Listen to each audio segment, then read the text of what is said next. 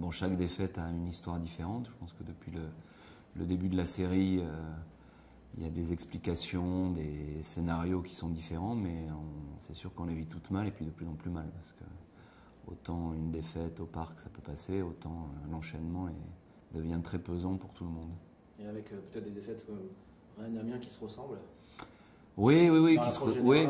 Alors elles se ressemblent effectivement dans le contenu, puisqu'il y a à la fois une grosse domination dans l'engagement, qui se traduit ensuite par du déchet technique, parce qu'on n'arrive pas à gérer ces situations, on est pressé de manière très agressive par l'adversaire. Très peu d'occasions, quelques-unes mais très peu, qui sont pas très bien gérées non plus. Donc je pense que dans le contenu, effectivement, les deux matchs se ressemblent beaucoup. Dans l'analyse des défaites, je sais pas, je pense qu'à Amiens, moi j'avais vu une forme de suffisance, donc sur laquelle on peut en vouloir aux joueurs. Sur le match de Rennes, malheureusement, on a l'impression que c'est plutôt le contraire, c'est-à-dire que les joueurs commencent aussi à vraiment accuser le coup de la série, à avoir un peu la tête dans le seau et à plus oser grand-chose.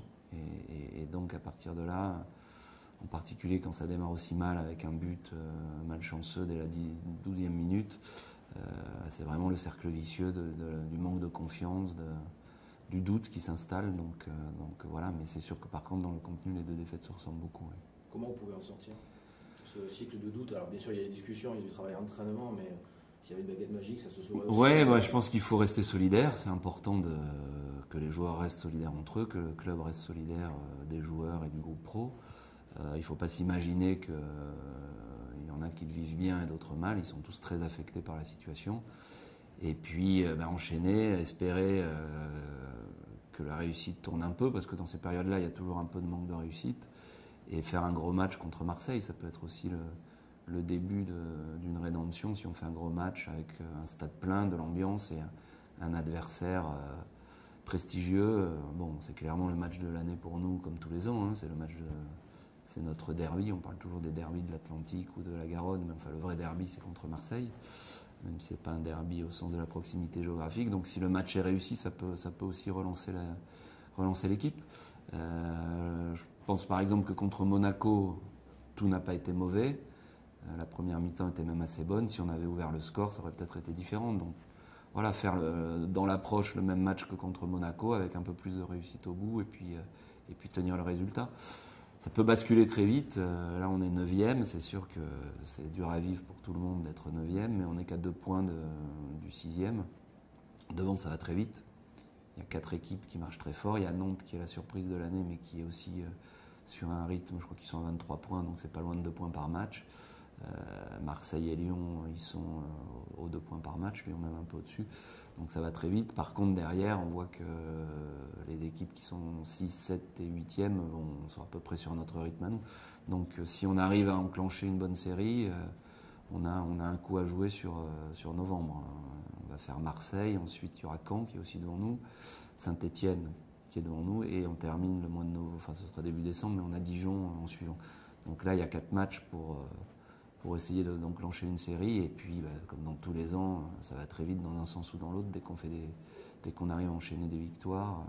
Alors là, on l'a vu malheureusement sur les défaites, ça va très vite aussi, on s'est effondré au classement, mais je pense qu'il y a une opportunité sur novembre de redresser la barre, et encore une fois, on n'est qu'à 2 points des 6e, donc c'est pas encore catastrophique sur le plan du classement, parce qu'on avait fait un bon début de saison.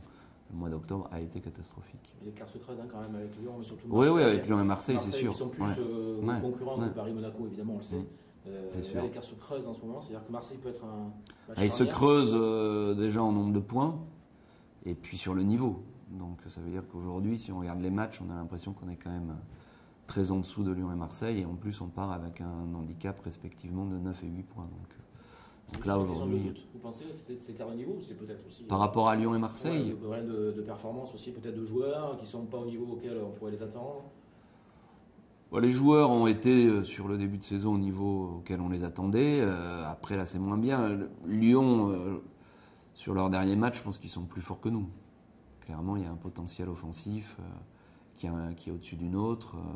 Ils ont aussi le centre de formation qui est probablement numéro 1 ou 2 en Europe après le Barça. Voilà, dès qu'ils sortent un jeune, il s'impose comme titulaire. tous les ans c'est ça. L'an dernier il y avait Touzard, cette année il y a Aouar.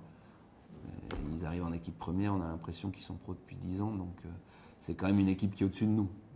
Il faut reconnaître sur la qualité de l'effectif, c'est plus complet que nous, donc les voir devant nous, c'est pas un scandale non plus. On va voir si on peut revenir sur eux, mais ce sera compliqué. Marseille, je pense que c'est finalement une équipe qui nous ressemble un peu, qui a beaucoup de talent devant, et qui est, à mon avis, moins complète que Lyon sur le milieu de terrain et défense. Bon, aujourd'hui, ils tournent très bien, donc c'est un peu prétentieux, voire ridicule de dire qu'on est de leur niveau. Mais en tout cas, c'est une équipe qui nous ressemble. Je pense on peut entrer en compétition avec eux.